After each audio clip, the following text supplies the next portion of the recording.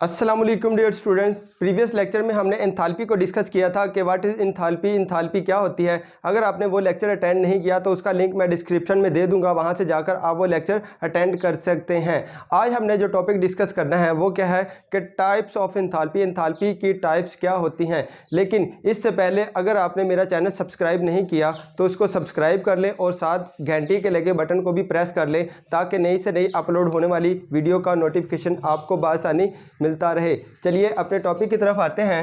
Chapter number 7 thermo chemistry, page number 202, first year chemistry. आज हमने पढ़ना है कि enthalpy of A reaction. Enthalpy of reaction क्या होती है।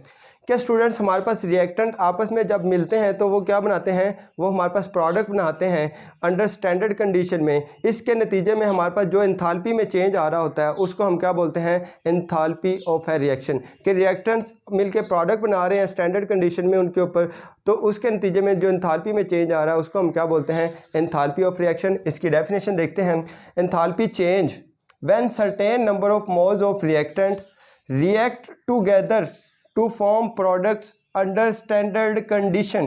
के स्टैंडर्ड कंडीशन में रिएक्टेंट्स आपस में कंबाइन कर रहे हैं और वो हमारे पास क्या बना रहे हैं, प्रोडक्ट बना रहे हैं। इसके नतीजे में जो एंथैल्पी में चेंज आ रहा है उसको हम क्या बोलते हैं, एंथैल्पी ऑफ ए रिएक्शन। इसको हम एनर्जी फ्लो डायग्राम से हम एक्सप्लेन करते हैं कि यहाँ ऊपर की तरफ हमारे पास एंथैल्पी क्या कर रही है, इंक्रीज़ कर रही है। अब यहाँ पे हमारे पास एक रिएक्टेंट है और वो क्या मिलके बना रहे हैं, वो प्रोडक्ट बना रहे हैं। अब ऊपर की तरफ एंथैल्पी इंक्रीज़ कर रही है, मतलब रिएक्टेंट जो है उनकी एनर्जी क्या है, ज़्यादा है और प्रोडक्ट की एनर्जी क्या है, कम है। तो इस केस में रिएक्टेंट्स मिलके प्रोडक्ट बना रहे हैं तो प्रोडक्ट की एनर्जी कम है तो वो एनर्जी क्या करेंगे, वो एनर्जी रिलीज़ करेंगे। तो इस तरह के जो हमारे पास रिएक्शंस होते हैं उसको हम क्या बोलते हैं, एक्सोथर्मिक रिएक्शन। क्या बोलते हैं, एक्सोथर्मिक रिएक्शन। अब दूसरे हमारे पास ये दूसरी डायग्राम है कि यहाँ पे हमारे पास रिएक्टेंट है, इनकी एनर्जी क्या है, कम है। ये मिलके क्या बना रहे हैं, प्रोडक्ट जिनकी एनर्जी क्या है, ज़्यादा। अब इस केस में स्टूडेंट प्रोडक्ट की एनर्जी ज़्यादा है, रिएक्टेंट की कम है, तो वो क्या करेंगे, वो हीट अब्जॉर्ब करते हैं, एनर्जी अब्जॉर्ब करते हैं। तो इस तरह के जो हमारे पास केमिकल रिएक्शंस हैं उसको हम क्या बोलते हैं, एंडोथर्मिक रिएक्शन, जिसमें हीट या एनर्जी क्या हो रही होती है, अब्जॉर्ब हो रही होती है, उसको हम क्या बोलते हैं, एंडोथर्मिक रिएक्शन। नेक्स्ट है हमारे पास स्टूडेंट्स एंथैल्पी ऑफ फॉर्मेशन। कि कोई हमारे पास एक मोल सब्सटेंस अगर बन रही है उसके एलिमेंट से तो उसके नतीजे में जो एंथैल्पी में चेंज आ रहा है उसको हम क्या बोलेंगे, एंथैल्पी ऑफ फॉर्मेशन। इसकी डेफिनेशन देखते हैं।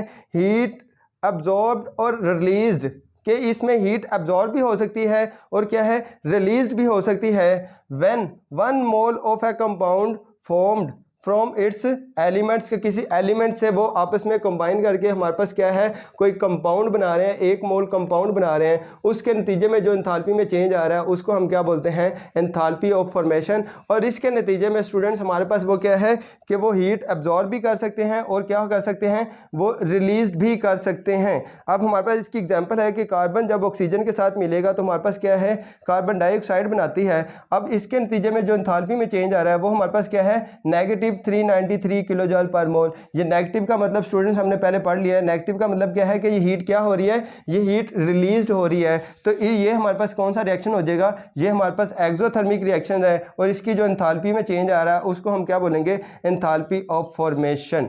नेक्स्ट है हमारे पास student enthalpy of atomisation. Enthalpy of atomisation क्या होती है कि कोई हमारे पास मॉलिक्यूल है वो क्या बना रहे हैं, वो गैसियस एटम अगर बना रहे हैं स्टैंडर्ड कंडीशन में, उसके नतीजे में जो एंथैल्पी में चेंज आ रहा है उसको हम क्या बोलते हैं, एंथैल्पी ऑफ एटमाइजेशन। इसकी डेफिनेशन देखते हैं। हीट एब्जॉर्ब क्या होती है, हीट एब्जॉर्ब होती है when 1 mole of gaseous atom form the element under standard condition. कि हमारे पास अगर कोई एक मोल सब्सटेंस गैसियस एटम हमारे पास वो बन रहा है तो उसके नतीजे में जो एंथैल्पी में चेंज आ रहा है उसको हम क्या बोलते हैं, एंथैल्पी ऑफ एटमाइजेशन। अब ये इसकी एग्जांपल है, हमारे पास ये हाइड्रोजन का मॉलिक्यूल है, ये क्या है, हमारे पास एक गैसियस एटम बना रहा है, इसके नतीजे में जो एंथैल्पी में चेंज आ रहा है उसको हम क्या बोलेंगे, एंथैल्पी ऑफ एटमाइजेशन। और वो कितनी एंथैल्पी में चेंज आ रहा है, वो हमारे पास पॉजिटिव 218 किलो जूल पर मोल एनर्जी एब्जॉर्ब कर रहे हैं। ये पॉजिटिव का मतलब क्या है, यहाँ पे एनर्जी एब्जॉर्ब कर रहे हैं, तो इसको हम क्या बोलेंगे, एंथैल्पी ऑफ एटमाइजेशन। और ये जो एंथैल्पी ऑफ एटमाइजेशन है ये हमारे पास क्या है, ये ऑलवेज एंडोथर्मिक रिएक्शन है। क्या होता है, एंडोथर्मिक, क्योंकि हीट क्या हो रही है, एब्जॉर्ब हो रही होती है। अब ये एग्जामिनेशन पॉइंट ऑफ व्यू से इंपॉर्टेंट शॉर्ट क्वेश्चन है या एमसीक्यूज है कि हमारे पास जो एंथैल्पी ऑफ एटमाइजेशन है वो एंडोथर्मिक होता है या एक्सोथर्मिक होता है। चूंकि ये हीट एब्जॉर्ब करता है तो ये ऑलवेज कौन सा प्रोसेस होता है, ये हमारे पास एंडोथर्मिक रिएक्शन होता है या एंडोथर्मिक प्रोसेस होता है। नेक्स्ट हमारे पास है enthalpy of neutralisation.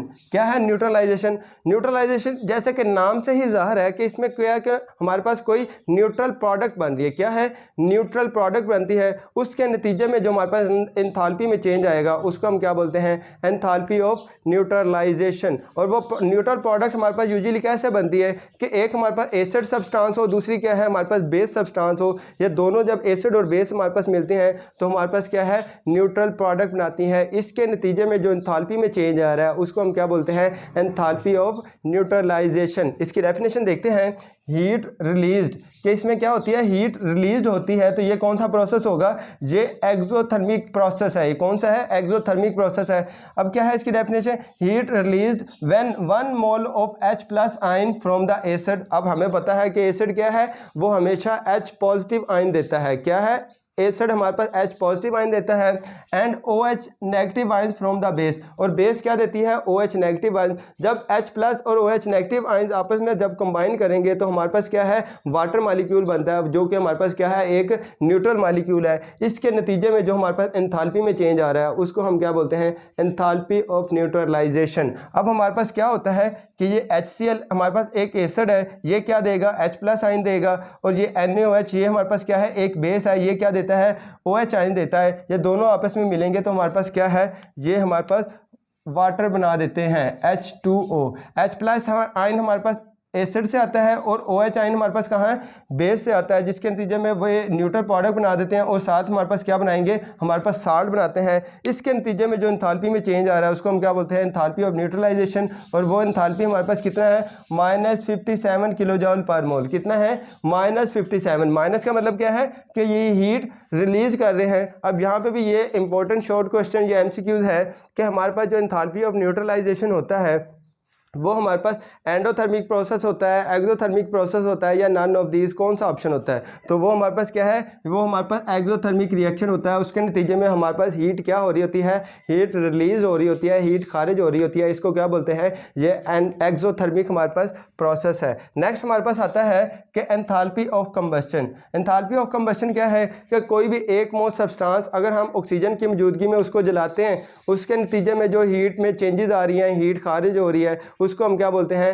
Enthalpy of combustion. इसकी डेफिनेशन है हीट रिलीज्ड, कि इसके नतीजे में भी हमारे पास क्या होती है, हीट रिलीज्ड होती है। तो ये कौन सा प्रोसेस होता है, ये हमारे पास एक्सोथर्मिक प्रोसेस होता है। स्टूडेंट ये MD कैट के हवाले से इंपॉर्टेंट MCQs हैं कि वो पूछ लेते हैं कि एंथैल्पी ऑफ कंबस्शन ये हमारे पास एंडोथर्मिक है या एक्सोथर्मिक है। तो ये आपने याद रखना है कि इसमें क्या हो रही है, हीट रिलीज हो रही होती है। ये कौन सा है, हमारे पास एक्सोथर्मिक प्रोसेस है। इसकी डेफिनेशन है heat released when 1 mole of substance completely burn in the excess of oxygen, के ऑक्सीजन की मौजूदगी में अगर वो कंप्लीटली बर्न हो रहा है कोई हमारे पास सब्सटेंस, उसके नतीजे में जो हीट रिलीज हो रही है उसको हम क्या बोलते हैं, एंथैल्पी ऑफ कंबस्शन। क्या बोलेंगे, एंथैल्पी ऑफ कंबस्शन। सपोज ये हमारे पास एक एथेनॉल है, ये क्या है, ऑक्सीजन की मौजूदगी में ये बर्न होता है और क्या बनाता है, कार्बन डाइऑक्साइड बनाता है, साथ क्या है, वाटर बनाता है। इसके नतीजे में जो एंथैल्पी में चेंज आ रहा है वो हीट रिलीज करते हैं। वो कितनी हीट रिलीज करते हैं, 1368 किलो जूल पर मोल। इसको हम क्या बोलते हैं, एंथैल्पी ऑफ कंबस्शन। नेक्स्ट हमारे पास है student enthalpy of solution. Enthalpy of solution क्या है कि कोई हमारे पास सब्सटेंस हो, उसको अगर हम किसी सॉल्वेंट में डिजॉल्व करें, उसके नतीजे में जो वो हीट रिलीज करे या अब्जॉर्ब करे, उसको हम क्या बोलते हैं, एंथैल्पी ऑफ सॉल्यूशन। इसकी डेफिनेशन देखते हैं, हीट एब्जॉर्ब, कि क्या है, हीट एब्जॉर्ब और हीट रिलीज। ये हीट एब्जॉर्ब भी कर सकता है और हीट क्या करेगा, रिलीज भी करेगा। यहाँ पे हमारे पास इंपॉर्टेंट MCQs है कि एंथैल्पी ऑफ सॉल्यूशन हमारे पास एंडोथर्मिक प्रोसेस होता है, एक्सोथर्मिक होता है, नन ऑफ दीज या बोथ ऑफ ऑल। तो हमारे पास क्या है, बोथ ऑल वाला ऑप्शन आ जाएगा कि हमारे पास वो हीट एब्जॉर्ब भी कर सकते हैं और वो रिलीज भी करते हैं। मतलब क्या है, ये एंडोथर्मिक प्रोसेस भी हो सकते हैं और वो क्या है, एक्सोथर्मिक प्रोसेस भी हो सकते हैं। When 1 mole of substance is dissolved in so much solvent that further dilution results in no detectable heat change, कि हमारे पास कोई सोल्यूट हो, उसको हम सॉल्वेंट में इतना हल करें कि जो हीट चेंजेस होनी होती हैं वो सारी की सारी टेक्स प्लेस हो जाएं, लेकिन फर्दर अगर हम उसके अंदर सोल्यूट ऐड करें तो वो क्या है, वो हमारे पास उसकी फर्दर सोल्यूट ऐड करने से हमारे पास कोई हीट में चेंज नहीं आ रहा, तो उसको हम क्या बोलते हैं, जो पहले हमारे पास हीट में चेंज आया उसको हम क्या बोलेंगे, एंथैल्पी ऑफ सॉल्यूशन। इसकी एग्जांपल है कि जब हम अमोनियम क्लोराइड को पानी में डिसॉल्व करते हैं तो उसके लिए क्या है, हमें पॉजिटिव 16.2 किलो जूल पर मोल एनर्जी रिक्वायर्ड होती है। पॉजिटिव का मतलब क्या है, वो हीट एब्जॉर्ब कर रहा है, उस रिएक्टेंट्स को एनर्जी क्या है वो रिक्वायर्ड होती है, वो एब्जॉर्ब करता है, तो इसलिए वो क्या है, पॉजिटिव साइन आ जाता है। अब हमारे पास दूसरी इसकी एग्जांपल है कि सोडियम कार्बोनेट को जब अगर हम पानी में डिसॉल्व करते हैं तो वो क्या है, -25 किलो जूल पर मोल एनर्जी रिलीज करता है। ये माइनस का साइन क्या इंडिकेट कर रहा है कि ये एनर्जी रिलीज करते हैं, ये खारिज करते हैं। तो हमने यहाँ पे पढ़ा है कि एंथैल्पी ऑफ सॉल्यूशन हमारे पास एंडोथर्मिक प्रोसेस भी हो सकते हैं, वो हीट एब्जॉर्ब भी कर सकते हैं और हीट क्या है, रिलीज भी कर सकते हैं। ये हमारे पास है एंथैल्पी ऑफ सॉल्यूशन।